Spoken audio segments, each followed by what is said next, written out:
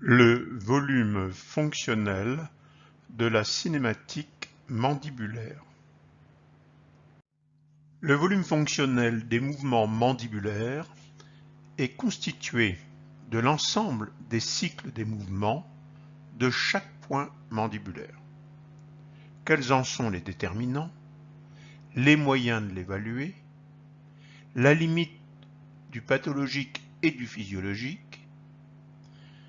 Nous savons que la coupe du volume fonctionnel des cycles dentaires est ce que l'on appelle le champ fonctionnel d'un point dentaire tel qu'un sommet de cuspide. Qui est responsable de la cinématique mandibulaire? Certainement l'articulation temporomandibulaire avec ses ligaments et ses muscles. Aussi la neuromusculature qui permettent d'avoir une posture mandibulaire. Tous ces tenseurs vont organiser la cinématique mandibulaire. Par contre, pour ce qui concerne les dents, qui sont les déterminants antérieurs de cette occlusion, et du cycle fonctionnel, eh bien, là, certains auteurs pensent que l'apparition des canines, par exemple, vont déterminer le cycle fonctionnel d'un patient donné. Pour d'autres auteurs, en fait, les dents vont s'organiser autour d'un cycle fonctionnel préexistant et simplement déterminé par l'articulation mandibulaire et la neuromusculature. Donc, il y existe une responsabilité, originelle ou pas, suivant les auteurs. Par contre, ce qui est sûr, c'est qu'il y a une responsabilité acquise. C'est-à-dire que la position des dents va déterminer le cycle fonctionnel du patient et peut parfois le contraindre. Ce qui veut dire que l'articulation temporomandibulaire ou les muscles qui sont responsables de la position mandibulaire vont devoir s'adapter à cet obstacle que peuvent être parfois les dents.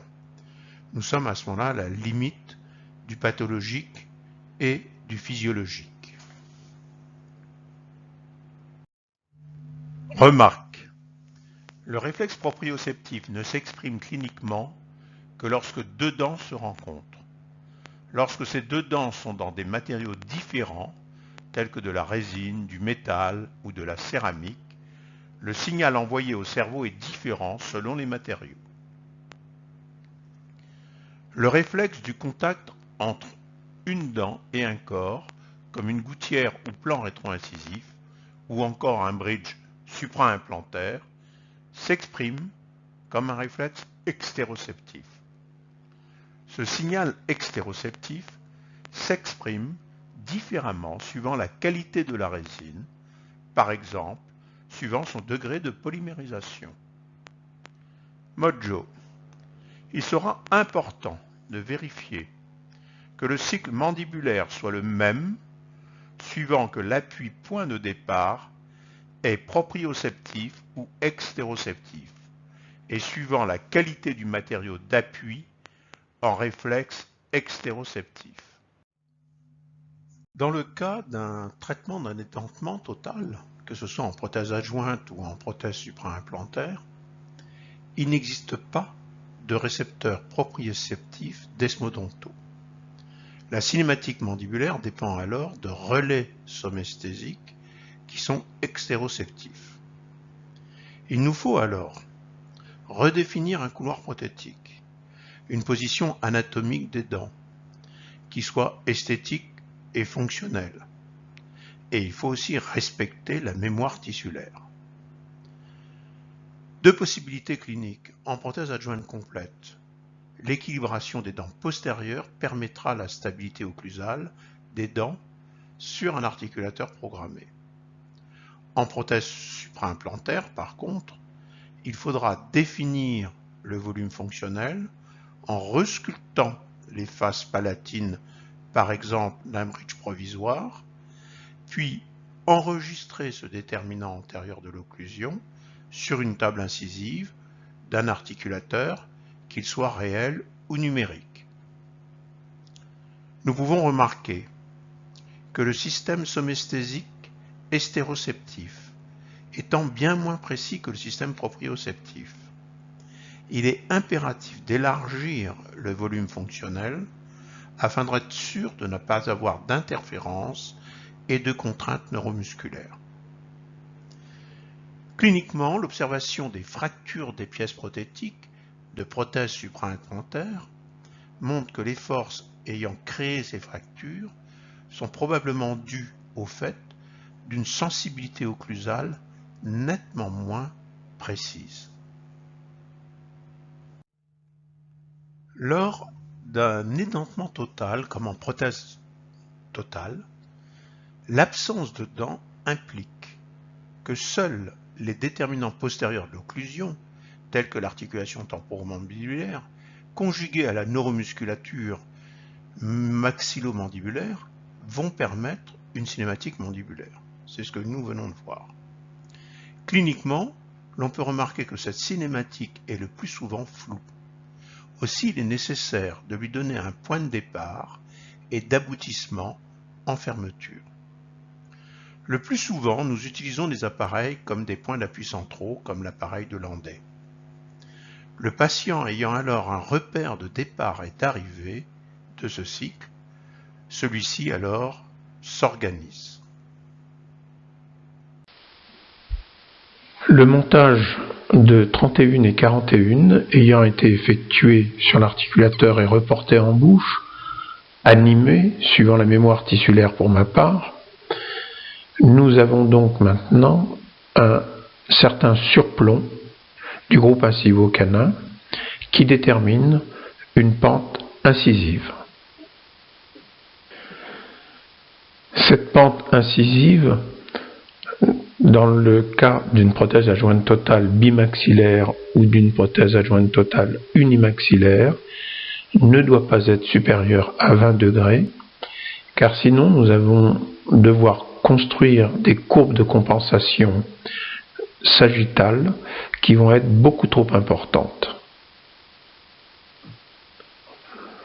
Dans le cas où cette pente incisive est supérieure à 20 degrés, comme on peut le voir sur le schéma numéro 1, eh bien nous allons devoir diminuer ce surplomb dans le sens vertical en baissant, en diminuant la hauteur des incisives inférieures, de telle manière à ce que cette pente incisive maximale ne soit pas supérieure à 20 degrés.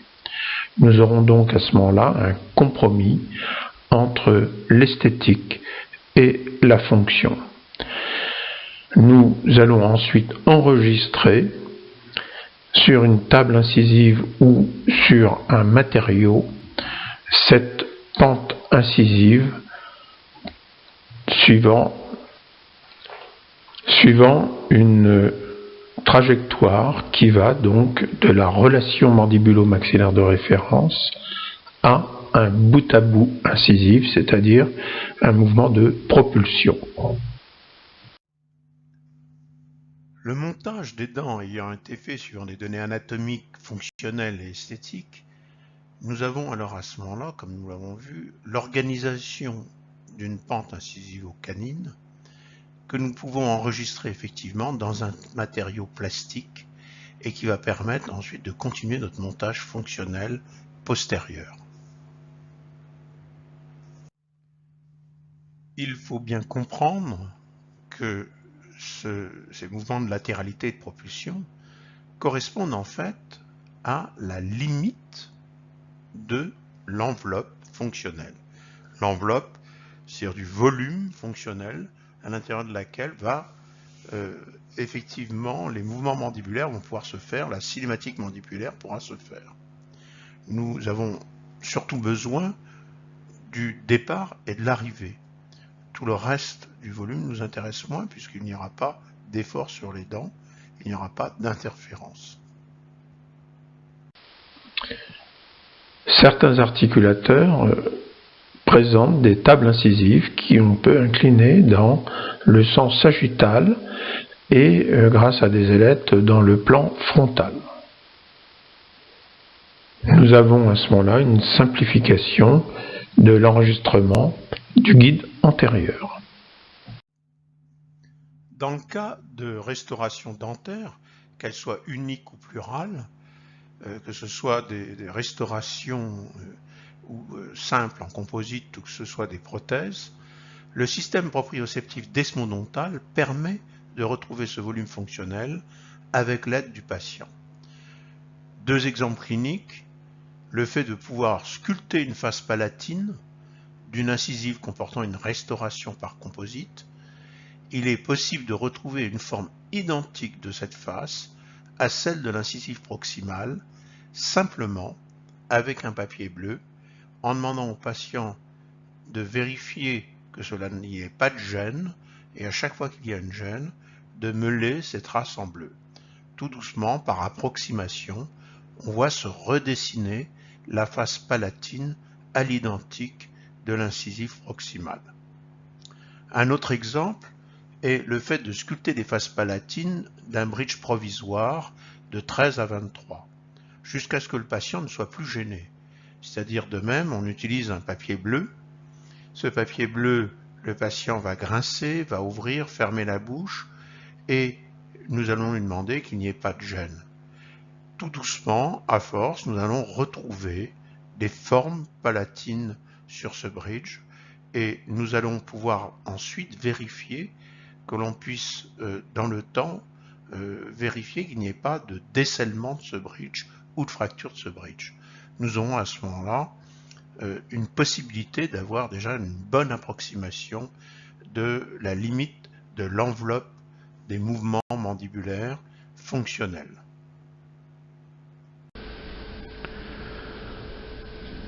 Le fait d'avoir un plan rétro-incisif, que ce soit sous forme d'un jig, c'est-à-dire concernant les 11 et 21, ou que ce soit un plan rétro-incisif qui aille de 13 à 23, nous avons, du fait du contact avec le bord libre du groupe incisivo-canin du bas, un réflexe de détente neuromusculaire. Ce réflexe est complété par une position semi-allongée, de telle manière à ce que les gros muscles du patient se détendent aussi. Il est évident qu'on peut obtenir une bonne détente neuromusculaire ainsi, après un port d'une demi-heure, chez un patient qui ne présente pas de pathologie avérée. Les dents antérieures sont des dents de préhension et non pas d'appui. Et le fait de les faire fonctionner en appui dans un système somesthésique, puisqu'il est non proprioceptif, eh bien nous avons ce réflexe de détente neuromusculaire qui se met en place à une seule condition, c'est qu'il y ait évidemment une désocclusion postérieure. Nous avons pu vérifier que le port, sur 8 jours, 15 jours, 3 semaines, ne modifiait pas les résultats. Qu'en fait, ils étaient obtenus à une demi-heure, 3/4 d'heure de port. Pour avoir une meilleure analyse occlusale, c'est-à-dire une superposition des points de contact, il faut à ce moment-là utiliser une gouttière de type SLT comportant des points de contact jusqu'aux 16 et 26 et permettant une complète détente neuromusculaire par des équilibrages successifs. La différence entre les deux propositions, plan rétro-incisif ou gouttière de type SLT, se fait en fonction d'indications. Dans le cas de pathologie, la gouttière rend de meilleurs services cliniques.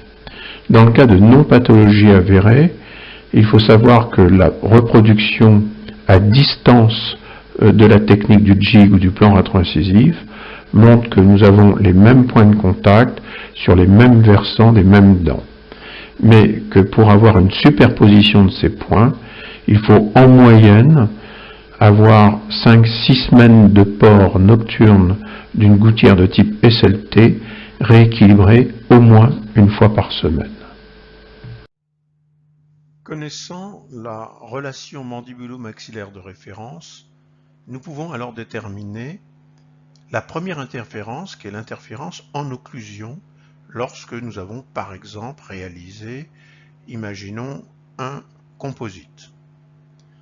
Une fois ce premier contact en surocclusion éliminé, nous allons ensuite demander au patient de grincer des dents, d'ouvrir, de fermer la bouche, de parler, et nous allons vérifier qu'il n'y ait pas de gêne. Nous allons utiliser pour ça un papier articulé très fin de 8 microns, et par approximation successive avec une fraise très douce à grain fin, nous allons retrouver exactement la morphologie palatine de la dent proximale. Nous avons ici sur cette diapositive un exemple de la détermination du début et de fin de cycle du volume fonctionnel sur une gouttière. Il s'agit d'une gouttière de type SLT qui a été équilibrée en relation maxillo-mandibulaire de référence. Nous avons marqué au crayon noir la limite des dents inférieures, de telle manière à monter un petit mur en résine en face du dentelé. Puis ensuite, nous avons demandé au patient d'ouvrir, de fermer la bouche, d'aller en propulsion.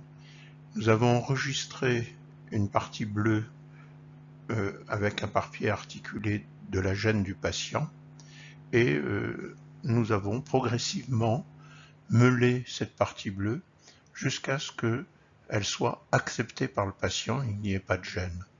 Nous avons alors déterminé une certaine pente palatine de ce mur en résine, et cette pente palatine représente la limite de l'enveloppe du volume fonctionnel de la cinématique mandibulaire. Nous allons ensuite réaliser les pentes canines droite et gauche. De même, pour la pente canine gauche, nous avons placé en regard de la canine gauche un mur en résine auto. Ensuite, nous avons demandé au patient des mouvements d'ouverture, de fermeture, des mouvements de latéralité gauche, de telle manière à ce que l'on puisse marquer les trajectoires qui pouvaient le gêner, à l'aide d'un papier articulé Minol 8 microns, en double épaisseur. Et puis, nous avons meulé ces traces jusqu'à ce que le patient soit à l'aise, ne soit plus contraint, ne soit plus gêné. Et nous avons obtenu, par approximation, tout doucement, progressivement, une limite déterminée du volume fonctionnel au niveau de la canine gauche, qui s'additionne donc à celle que nous avons obtenue au niveau du point dentelé, au niveau des incisives antérieures. Nous avons ensuite réalisé la même chose en regard de la canine droite, c'est-à-dire que nous avons obtenu ces traces effectivement avec ce papier articulé 8 microns en double épaisseur. Nous avons meulé ces traces comme précédemment jusqu'à ne plus avoir de gêne et ne plus de déstabilisation de la gouttière, aucune gêne du patient. Et nous avons donc obtenu à ce moment-là la limite déterminée du volume fonctionnel en regard de cette canine, qui s'est ajoutée aux deux limites précédemment établies, qui fait que nous avons tout doucement l'organisation de ce volume fonctionnel que nous allons pouvoir enregistrer au niveau d'une table incisive, que ce soit avec des tables incisives qui sont capables d'être programmées ou dans un matériau plastique. La photo de cette mandibule, avec le tracé de la limite du volume fonctionnel, a été extraite de l'Atlas d'anatomie dentaire fonctionnelle de Jean Omerovski et de Gérard Bresson. Un excellent livre que je vous conseille, et eux-mêmes font référence aux travaux de Gibbs et de Lundin. Vous pouvez remarquer dans le rond jaune que cette limite de volume fonctionnel est la partie qui nous intéresse. C'est le moment où les dents vont arriver en contact ou s'échappent l'une de l'autre qui fait que nous avons ou pas des interférences. eh bien, cette limite, il nous a été possible de la redéfinir sur cette gouttière à partir de ces 3 murs en résine au niveau du dentelé et au niveau des pentes canines. Nous avons à ce moment-là la possibilité maintenant d'enregistrer ces limites au niveau d'un articulateur, qui soit un articulateur réel ou un articulateur virtuel. La photo de cette mandibule, avec le tracé de la limite du volume fonctionnel, a été extraite de l'Atlas d'anatomie dentaire fonctionnelle de Jean Omirovski et de Gérard Bresson. Un excellent livre que je vous conseille, et eux-mêmes font référence aux travaux de Gibbs et de Lundin. Vous pouvez remarquer dans le rond jaune que cette limite de volume fonctionnel est la partie qui nous intéresse. C'est le moment où les dents vont arriver en contact ou s'échappent l'une de l'autre qui fait que nous n'avons pas des interférences. Eh bien, cette limite, il nous a été possible de la redéfinir sur cette gouttière à partir de ces 3 murs en résine au niveau du dentelé et au niveau des pentes canines. Nous avons à ce moment-là la possibilité maintenant d'enregistrer ces limites au niveau d'un articulateur, qui soit un articulateur réel ou un articulateur virtuel. Ce déterminant antérieur de l'occlusion, c'est-à-dire cette limite du mouvement du volume fonctionnel, d'un cycle fonctionnel, qui a été enregistré au niveau de la gouttière ou d'un autre système, peut être à ce moment-là et doit être enregistré sur un articulateur. Il peut être enregistré dans un matériau plastique, comme sur la photo de gauche, ou sur la photo de droite, on peut voir aussi des articulateurs avec des ailettes qui permettent d'avoir une pente incisive et des pentes canines. Le cas de cette patiente de 17 ans en 1993 est celui d'une patiente ayant des agénésies multiples et aussi un manque de croissance de ses maxillaires du fait du manque d'appui de la langue qui aurait pu permettre cette croissance. Dans ce cas de prothèse réalisée sur des implants, le Mojo permet de visualiser et d'enregistrer les cycles masticatoires en tout point de la mandibule et de définir ainsi le volume fonctionnel du cycle mandibulaire VFCM. Encore faut-il évaluer le caractère physiologique ou pathologique de ce volume fonctionnel. La présence d'altération des tracés des cycles peut être paraphysiologique au sens d'une adaptation fonctionnelle satisfaisante ou au contraire pathologique par une existence et ou une évolution des signes cliniques. De même, l'enveloppe du volume fonctionnel pouvant être visualisée en coupe, appelée champ fonctionnel, doit être évaluée cliniquement comme physiologique ou pas.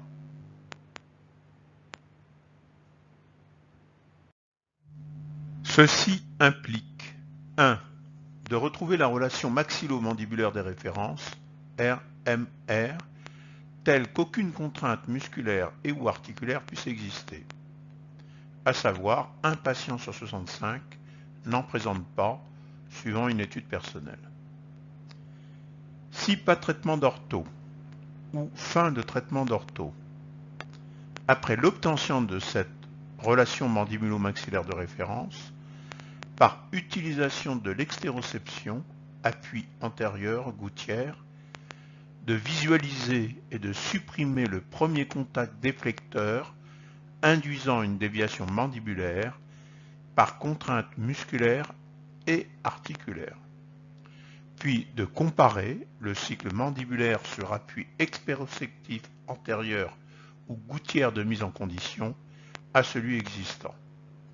évaluer l'état de contrainte du cycle si contrainte il y a, libérer cette contrainte pour ensuite assurer notre traitement de restauration occlusale. Remarque, il vaudra toujours mieux permettre une limite plus large du volume fonctionnel. 2 bis. 6 traitements ortho. Évaluer le cycle masticatoire à partir d'un appui antérieur extéroceptif et le comparer à celui existant. 6 contraintes du cycle.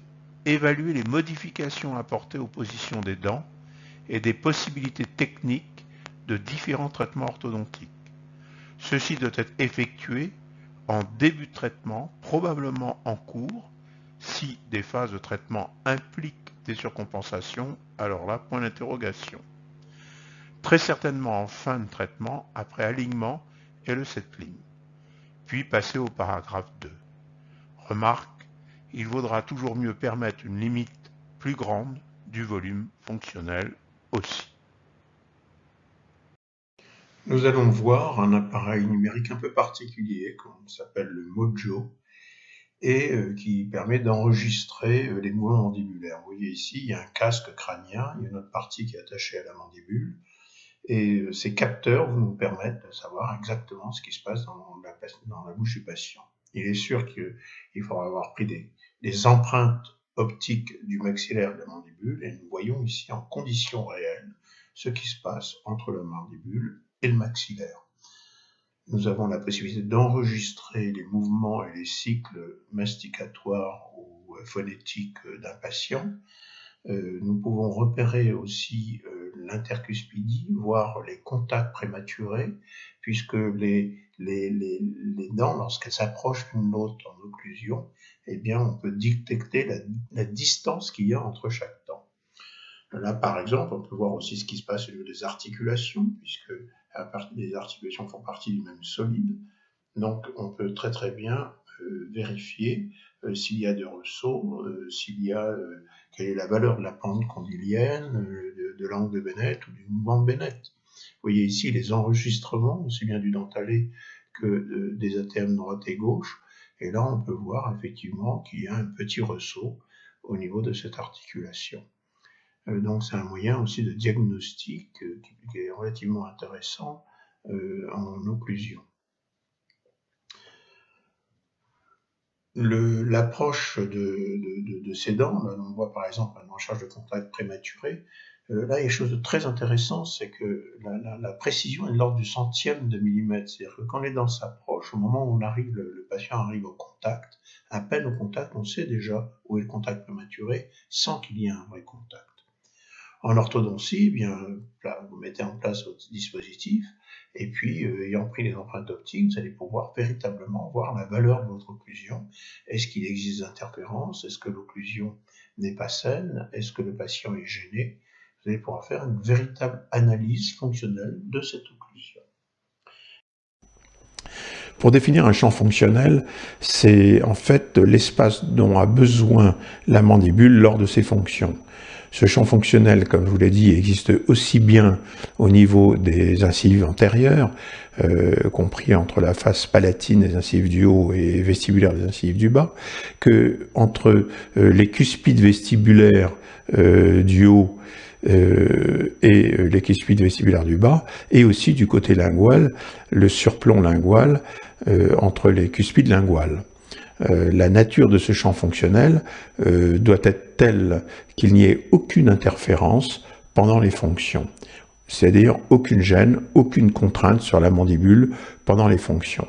Et ceci doit peut-être visualiser, peut-être, disons, évaluer de plusieurs façons. La première façon, et au niveau du dent antérieur en particulier, c'est de vérifier qu'il n'y ait pas une contrainte qui amène la mandibule en arrière et qu'il n'y ait pas des douleurs rétrocondyliennes en appuyant, en palpant cet espace rétrocondylien.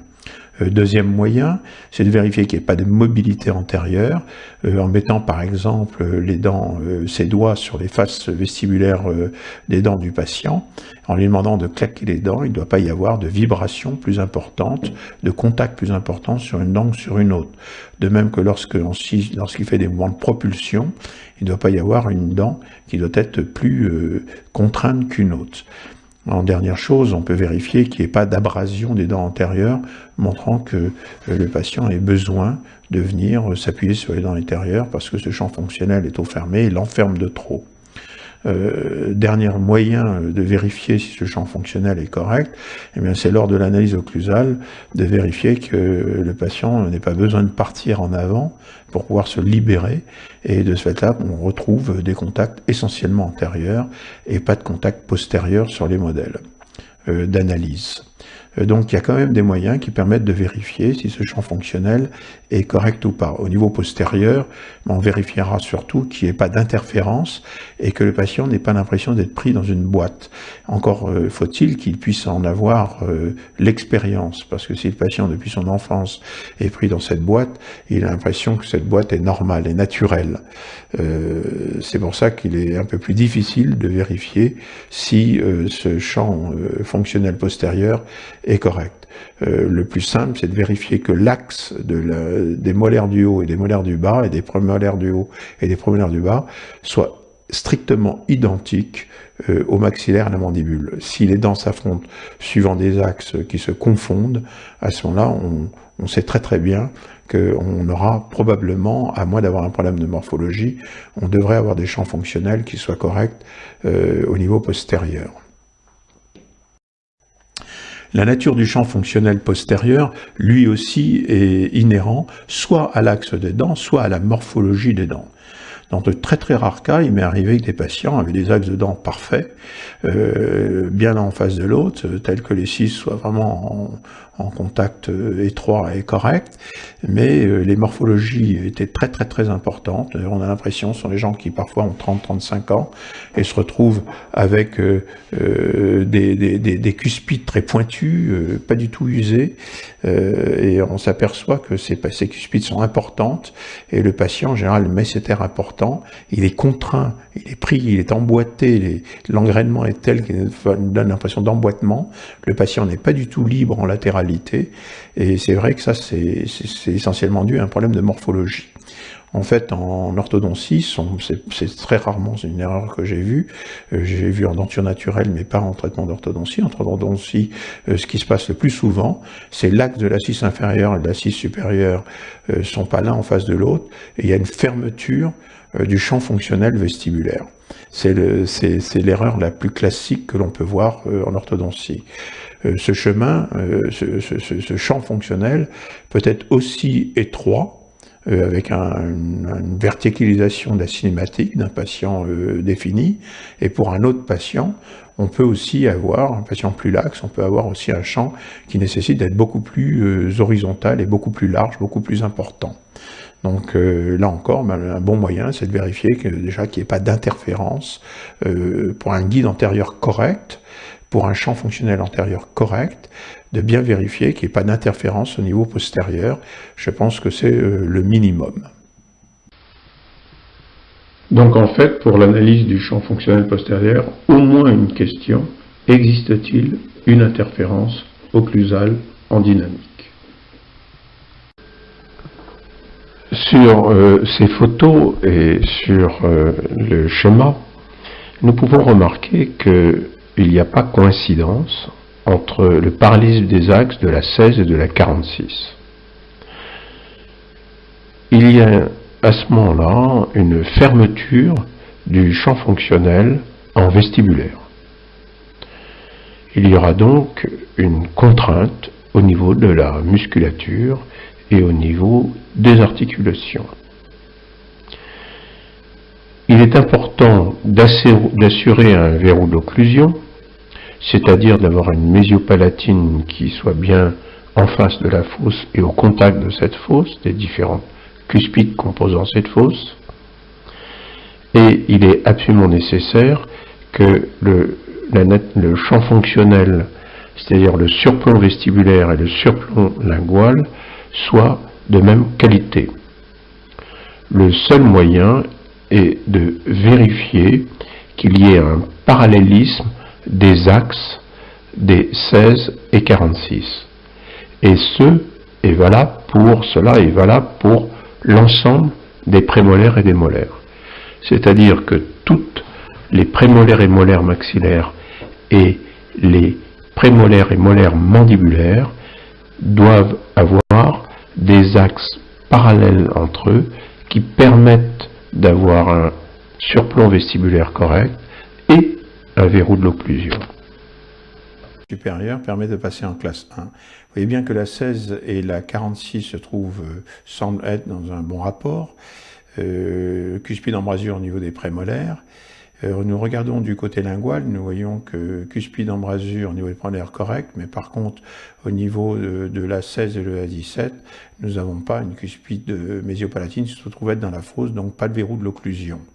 Et ça, c'est quelque chose qui va nuire à la stabilité de l'occlusion. Par contre, du côté gauche, nous voyons que la 26 recule bien, ainsi que la 27. Les prémolaires se mettent en cuspide embrasure. Et du côté lingual, nous allons pouvoir vérifier que la cuspide mésiopalatine de la 26 est bien mise en place dans la fosse de la 36, assurant un verrou de l'occlusion, même s'il n'est pas parfait au niveau des 7, et que la cuspide embrasure au niveau prémolaire n'est pas tout à fait parfait. Mais on aura au moins de ce côté-là une stabilité de l'occlusion qu'on n'a pas de l'autre côté. Et ceci est une chose importante. Nous voyons sur cette vidéo la possibilité qu'on a déjà avec Invisalign de se rendre compte de l'évolution d'un traitement et comment le traitement va pouvoir se faire. Avec Mojo, on aura la possibilité en plus de pouvoir voir le dynamique et de vérifier que le dynamique que l'on compte créer soit bien compatible avec le dynamique de référence du patient, c'est-à-dire l'enregistrement qu'on a obtenu sur un appui antérieur extéroceptif. La nature du champ fonctionnel antérieur, eh bien, il peut être étroit ou il peut être large. Il y a des patients qui tolèrent tout à fait des champs étroits, des champs fonctionnels étroits, et d'autres qui sont beaucoup plus heureux avec un champ fonctionnel antérieur beaucoup plus large. C'est-à-dire que l'angle interincisif entre les dents du haut et les dents du bas, à mon avis, n'est pas vraiment quelque chose de fondamental. On voit des patients qui ont des surplombs incisifs relativement forts, avec des champs étroits, et qui ont une cinématique mandibulaire qui est relativement verticale, avec des mouvements essentiellement verticaux et non pas horizontaux, et qui, ce fait-là, sont très heureux. Par contre, il y a des patients qui ont une laxité et qui ont besoin de mouvements horizontaux beaucoup plus importants, et à ce moment-là, il faut que leur champ fonctionnel antérieur, par exemple, soit beaucoup plus large. C'est pour ça qu'il n'y a pas de données anatomiques, à mon sens, qui permettent de dire si un champ fonctionnel est correct ou pas. Les données anatomiques sont là pour dégrossir le problème, mais ensuite, il faut valider ce champ fonctionnel directement sur le patient par l'examen tel que j'ai dit précédemment. Nous voyons donc la nécessité de se poser ces questions. Y a-t-il des douleurs rétrocondyliennes? Y a-t-il un contact déflecteur antérieur? Y a-t-il des mobilités des dents antérieures? Et y a-t-il des facettes d'abrasion sur les dents antérieures? Ce minimum de questions permet de répondre à la question: est-ce que mon champ fonctionnel est pathologique ou physiologique? On voit bien sur cette diapositive-là que le guide antérieur dans le cas présent, qui pourtant semble présenter un angle interincisif correct, eh bien ce guide antérieur a provoqué une contrainte rétrusive mandibulaire, et on voit très nettement au niveau de l'interligne sur les radios, on voit très nettement les têtes de condyles qui ont reculé. Il est évident qu'à ce moment-là, la zone bilaminaire est contrainte, et que si on les palpe, si on touche ces zones-là, ces zones rétrocondyliennes, on va faire mal au patient. Et cette douleur peut être vraiment relativement violente. Lorsqu'on voit une telle chose sur des radios, il est évident que les choses sont évidentes, et que là, on peut dire qu'il y a une contrainte rétrusive. Mais parfois, l'interligne est relativement constant sur la radio, et pourtant la légère contrainte fait que le patient a une douleur rétrocondylienne. C'est pour ça que la palpation est quelque chose d'important. La radio ne peut être qu'une confirmation de ce que la palpation donne, mais c'est la palpation qui est l'élément déterminant. C'est pour ça aussi qu'il faut avoir des modèles comme ils sont là, qui sont démontables, qui permettent de bien voir quel est le rapport des dents antérieures, et en ce moment on voit très bien que la canine supérieure et inférieure sont dans un rapport tel qu'il y a un phénomène d'emboîtement trop fort et que le patient ne peut être que contraint en arrière. Le guide antérieur est une donnée de l'articulateur. Le champ fonctionnel est une donnée clinique du patient. La flèche rouge montre une pente moyenne qui pourrait être utilisable sur l'articulateur. Mais puisqu'on a du mal à évaluer ce champ fonctionnel et le représenter, on utilise le trajet du bord libre des incisives mandibulaires et en fait on utilise la flèche verte, ce qui correspond globalement à une pente moyenne la plus faible.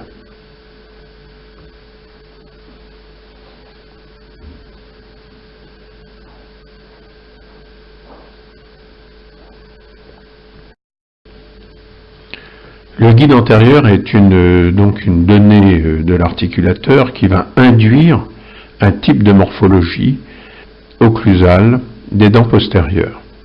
Soit que ce guide antérieur est fort et on pourra avoir une désocclusion postérieure importante, donc on pourra utiliser des morphologies beaucoup plus accentuées, soit que ce guide antérieur sera faible et on aura à ce moment-là des morphologies bien moins accentuées au niveau des dents postérieures.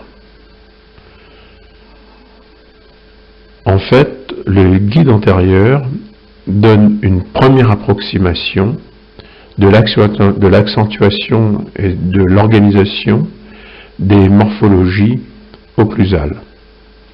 Un articulateur anatomique respectant parfaitement l'ensemble du champ fonctionnel du patient permettra d'avoir une meilleure précision.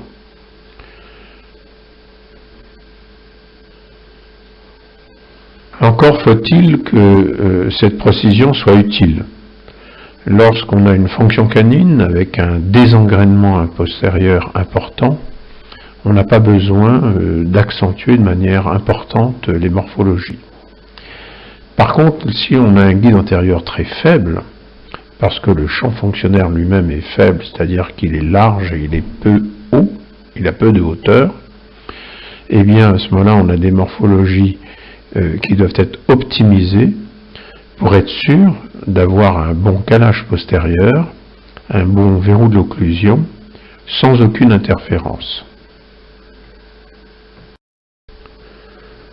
Si le guide antérieur permet d'organiser sur l'articulateur les morphologies ou de faire une analyse occlusale, eh bien, il faut comprendre que le patient, lui, n'utilise pas véritablement ses dents comme l'articulateur pourrait les utiliser. En fait, les dents antérieures sont des dents de préhension qui ne servent pas d'appui lors de la déglutition et qui doivent simplement ne pas interférer dans le champ fonctionnel, donc qui doivent être organisées, construites, alignées en dehors ou à la limite de ce champ fonctionnel. Il faut bien comprendre qu'un patient n'a pas de guide antérieur. Il a un champ fonctionnel permettant une cinématique mandibulaire. Un patient n'a pas de tige incisive, n'a pas de plateau incisif. On peut voir sur les schémas que ce que l'on appelle le guide antérieur est en fait une pente moyenne inscrite à l'intérieur du champ fonctionnel et qui permet de régler un articulateur afin d'avoir une première approximation de la qualité du champ fonctionnel. Effectivement, plus le champ fonctionnel sera horizontal et plus faible sera la pente du guide antérieur, plus le surplomb sera important et plus le champ fonctionnel sera étroit et verticalisé, plus le guide antérieur, la pente du guide antérieur sera elle aussi importante et verticalisée. Le guide antérieur est donc une approximation de ce que peut être le champ fonctionnel. Le guide antérieur appartient à l'articulateur, le champ fonctionnel appartient au patient. Dans ce cas très particulier, où il y a eu un recul des incisives supérieures et une descente des incisives inférieures, eh bien, on voit très bien que le guide antérieur a été augmenté. C'est-à-dire qu'en fermant le champ fonctionnel, le guide antérieur est augmenté. Le guide antérieur, je vous rappelle, c'est une notion d'articulateur. Le champ fonctionnel, c'est une notion sur le patient, en clinique, au fauteuil, mais on voit que les deux sont parfaitement liés. C'est-à-dire qu'un guide antérieur qui a été augmenté, en fait, signifie une contrainte qui puisse exister au niveau des articulations. Donc, dans ce cas-là, sur le schéma jaune en bas et à droite, on remarque que si on avait fait un torque plus important, la flèche rouge serait moins inclinée, et à ce moment-là, on aurait probablement un champ fonctionnel plus important, et peut-être qu'on aurait sans doute moins gêné notre patient. Les incisives du bas sont agressées, le recul des incisives du haut sans torque montre la fermeture du champ fonctionnel. Et ça, c'est quelque chose d'important. Sur cette vidéo Invisalign, nous voyons très bien la possibilité que nous avons de visualiser le positionnement des dents au début et en cours et en fin de traitement. Avec le complément Mojo, on va avoir la possibilité de vérifier qu'on ne ferme pas le champ fonctionnel outre mesure, c'est-à-dire qu'on respecte le champ fonctionnel de référence obtenu sur un appui extéroceptif. On pourra utiliser des techniques plus ou moins différentes d'orthodontie, de traitement d'orthodontie, pour que la combinaison des éléments que sont le positionnement des dents, l'effet de torque, l'ingression ou l'égression des incisives inférieures, fasse que ce volume soit fonctionnel et soit surtout fonctionnel de manière physiologique. L'obtention d'un cycle mandibulaire référent permettant de définir un volume fonctionnel peut se faire sur un point d'appui antérieur extéroceptif en position semi-allongée pendant 30 minutes minimum pour les cas ne présentant pas de pathologie avérée. En cas de pathologie avérée ou état physiologique difficile à évaluer, il faudra à mon avis, en me référant à mes quelques dizaines d'années de traitement, une gouttière de type SLT équilibrée 4 à 5 fois pendant en moyenne 4 à 6 semaines. Donc je vous rappelle que pour avoir le point de départ et le point d'aboutissement d'un cycle fonctionnel, eh bien il nous faut absolument être dans une position de relation mandibulo-maxillaire de référence.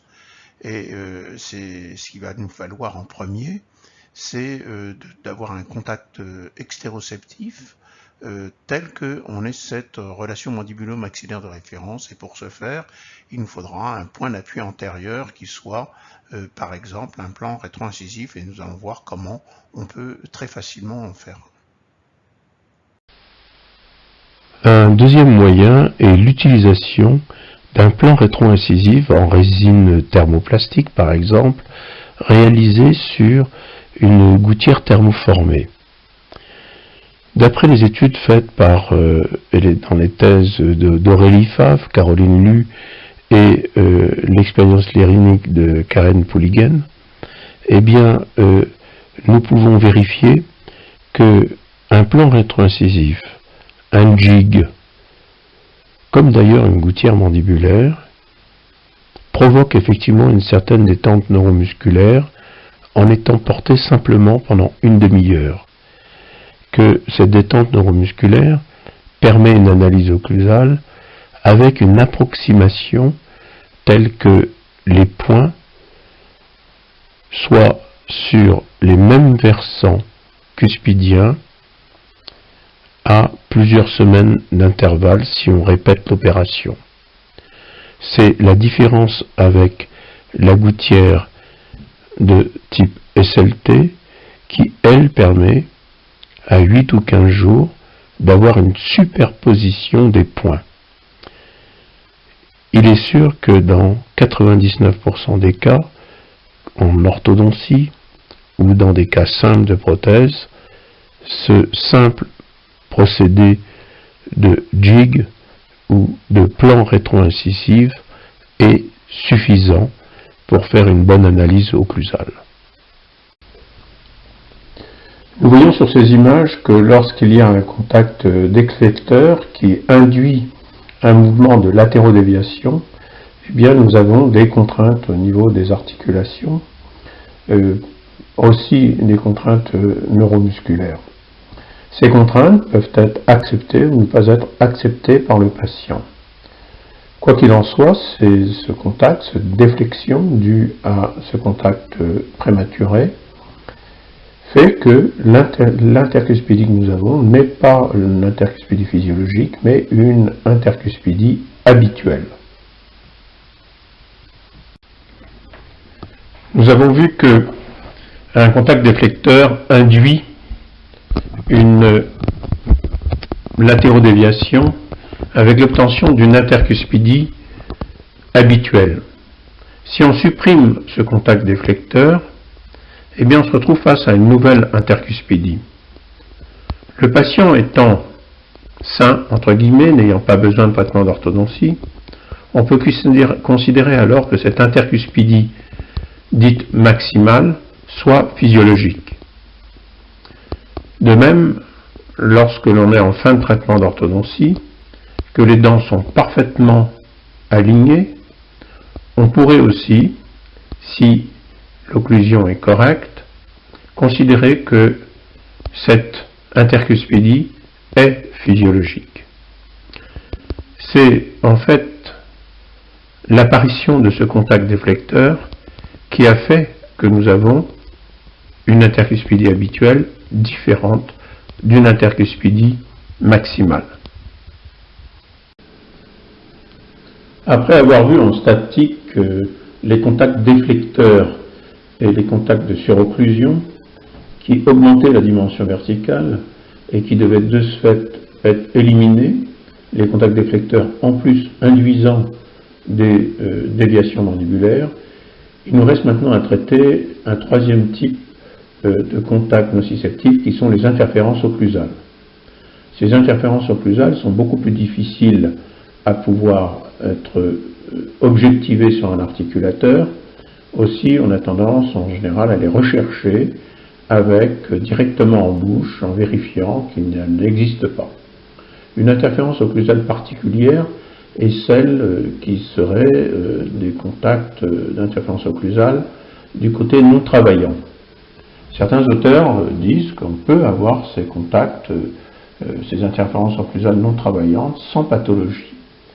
Ce qui est sûr, c'est que d'éliminer ces interférences occlusales du côté non travaillant n'a jamais entraîné de pathologie. Et pour ma part, en 40 ans d'occlusodontie, j'ai systématiquement supprimé ces interférences occlusales du côté non travaillant afin de garantir à mon patient qu'il ne puisse pas y avoir de pathologie qui puisse être associée à ces interférences. Une toute autre chose est de traiter de la prothèse complète, qui elle a besoin de ces interférences, qui a besoin de ces contacts non travaillants pour stabiliser les prothèses. Mais là, le réflexe n'est pas proprioceptif. Dans le cas présent, nous voyons que au niveau de la 27 et de la 37, il y avait des amalgames et que le sillon disto-vestibulaire oblique qui permettait le passage de la mésiopalatine de la 27 au milieu de ce sillon, eh bien, n'a pas été reconstruit lors de la reconstruction de cette dent. Nous avons donc une modification du type de contact et nous avons donc ce contact en rouge que l'on voit et qui, à mon sens, doit être supprimé. Sur cette vidéo de Sébastien Funec et Maxime Jaison, nous allons voir effectivement des contacts prématurés au niveau de 36 et 37 entre ce maxillaire et cette mandibule. Étant donné qu'on enregistre la distance entre les dents, on peut voir cette distance en rouge et en bleu avant que les dents n'aient vraiment un contact. ce qui veut dire que le patient n'aura pas eu de déviation mandibulaire et ne sera pas défendu de ces contacts prématurés. Ils vont donc pouvoir être objectivés sans perception du patient. Réflexe proprioceptif, réflexe extéroceptif. Je vous rappelle que le réflexe proprioceptif est très précis. 10 microns peuvent être détectés par un patient. Réflexe extéroceptif, nous en sommes très loin. Quels sont les exemples de réflexes extéroceptifs? Eh bien, par exemple, le cas d'une prothèse supra-implantaire, puisqu'il n'y a pas de desmodonte, mais aussi lorsqu'on utilise des gouttières de détente neuromusculaire, un plan réintrocisif ou un jig, ou aussi des hémigouttières de repositionnement articulaire. Encore de la prothèse adjointe totale ou partielle, bien qu'en partielle, on peut avoir une part de proprioceptif et d'extéroceptif. Les exemples de réalisation, enfin de cas cliniques proprioceptifs, eh bien c'est par exemple le traitement d'orthodontie. Il est exclusivement proprioceptif sauf lorsque vous mettez en place un système type gouttière. Dans le cas aussi d'un traitement prothétique dentoporté, nous avons en ce moment effectivement un desmodonte. Et puis lorsque nous traitons des troubles occlusaux sur dents naturelles. La solution est de définir un cycle physiologique mandibulaire référent. Et pour cela, il faut le faire à partir d'un point de départ et d'aboutissement qui soit extéroceptif, pour s'affranchir des contacts nociceptifs proprioceptifs. Oui, si les contacts dento-dentaires proprioceptifs reçus par les récepteurs desmodontaux sont nociceptifs, comme on vient de le dire. Oui, si les cas dento-dentaires extéroceptifs reçus par les relais somesthésiques extéroceptifs sont nociceptifs aussi. Et oui, si dans les deux cas précédents, il est nécessaire de faire un diagnostic, qu'il faudra évidemment corroborer par un examen clinique.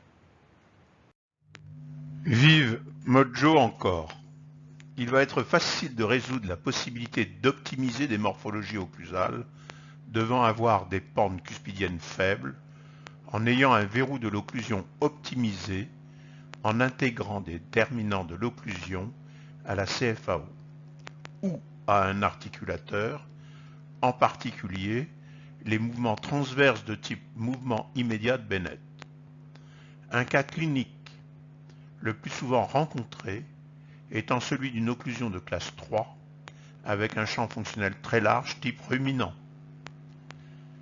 En prothèse supra-implantaire, dans le cas limite d'un bridge complet, étant de fait extéroceptif, il est possible de déterminer une position de référence maxillo-mandibulaire extéroceptive, puis d'optimiser les morphologies pour être à la limite ou au pire, en dehors du volume fonctionnel, afin de ne pas avoir d'interférence pendant le cycle mandibulaire, et par contre, d'avoir un verrou de l'occlusion tel que la position d'intercuspidie soit unique et précise pour la déglutition.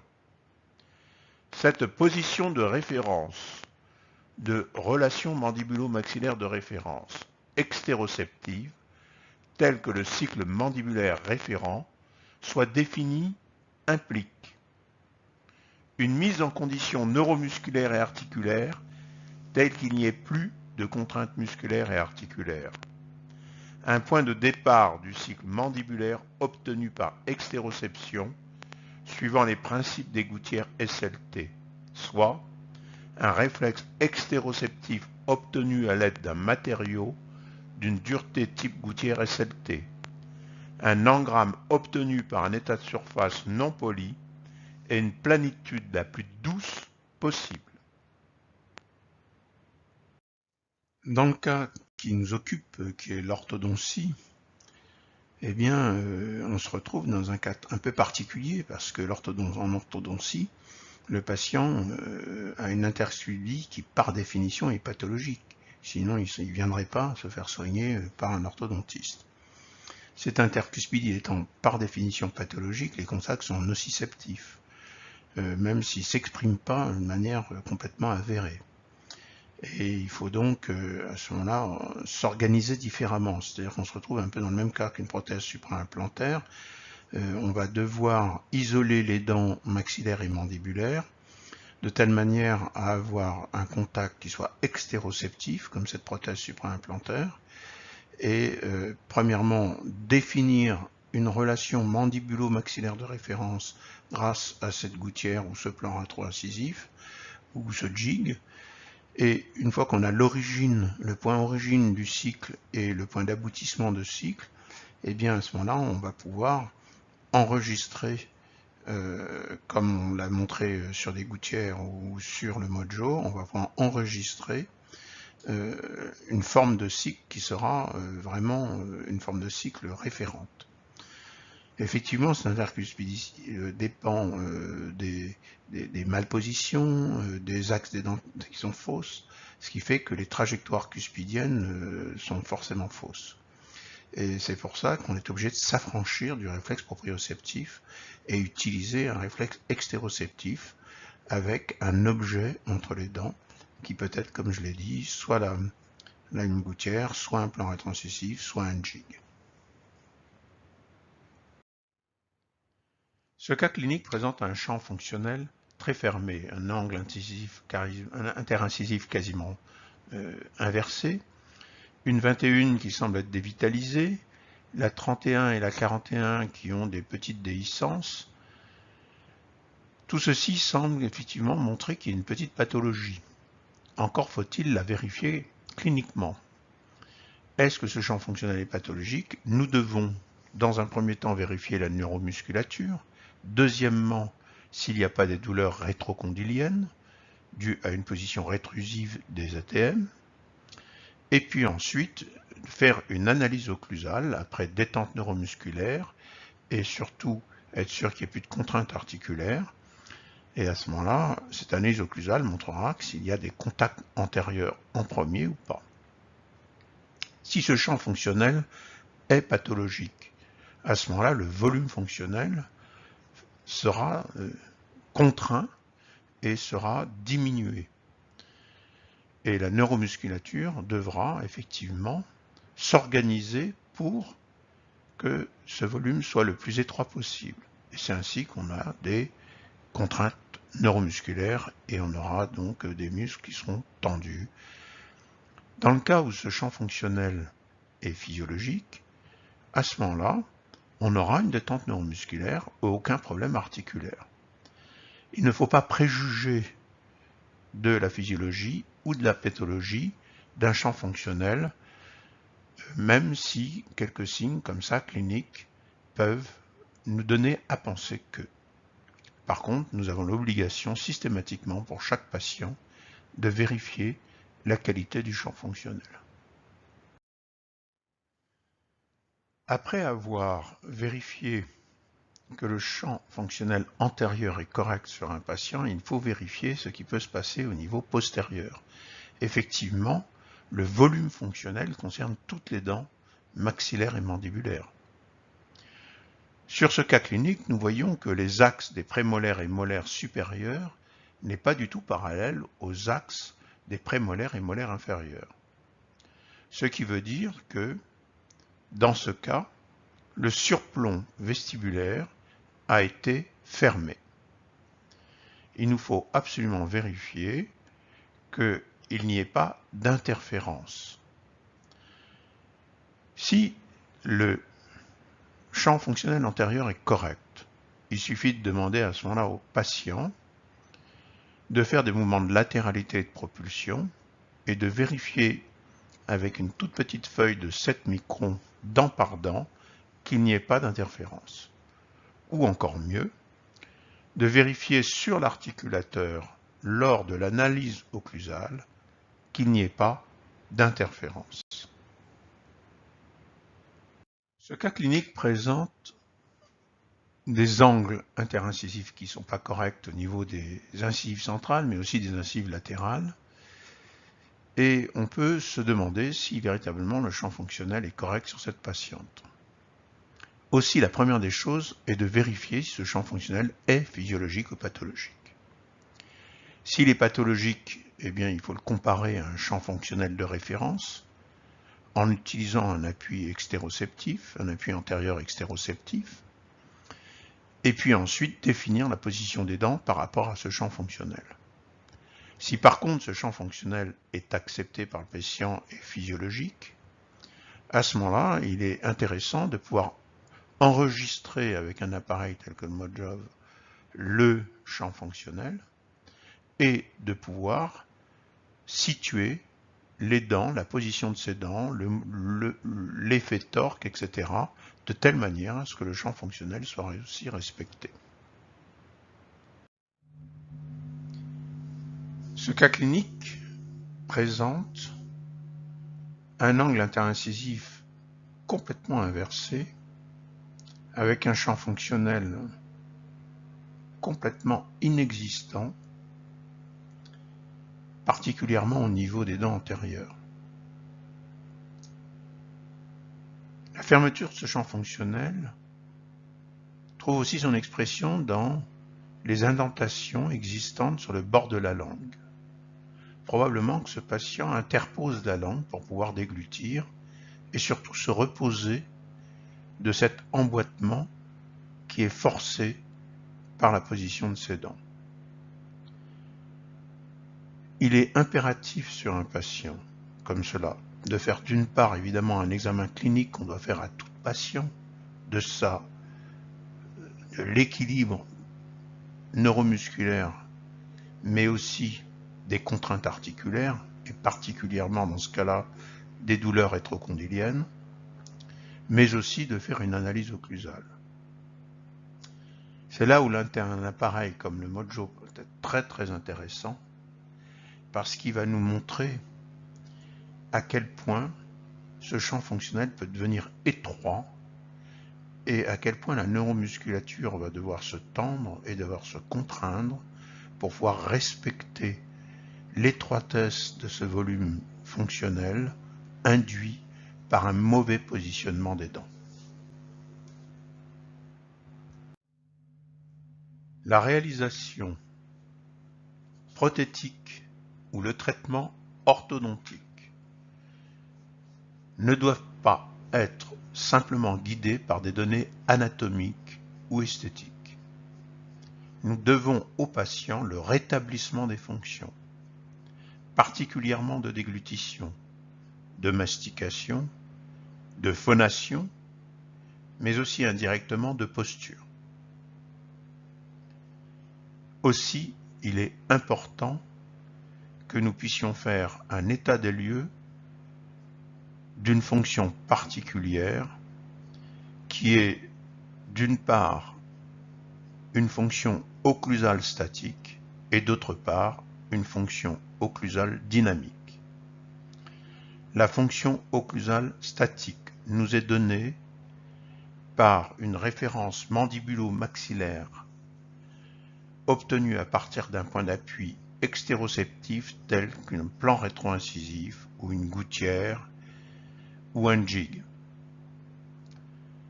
La référence dynamique peut nous être donnée avec un appareil tel que le Modjo, à condition d'avoir déprogrammé notre patient, tel qu'il ait une bonne détente neuromusculaire, tel qu'il ait aucune contrainte articulaire, tel que nous ayons une position de référence, comme nous venons de le dire, de départ de cette dynamique, et alors nous aurons un cycle mandibulaire qui sera référent parce qu'obtenu à partir d'une position de départ et d'arrivée extéroceptive.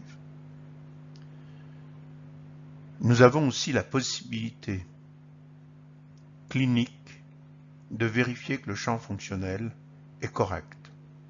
Si ce champ fonctionnel est correct, à ce moment-là, le Modjo donne directement un cycle mandibulaire de référence qui permettra ensuite d'évaluer la fin de notre travail, de vérifier que le positionnement des dents, les torques, etc. soient corrects en orthodontie, et qu'en prothèse, les volumes cuspidiens et pentes cuspidiennes, ainsi que le positionnement de nos couronnes soient corrects.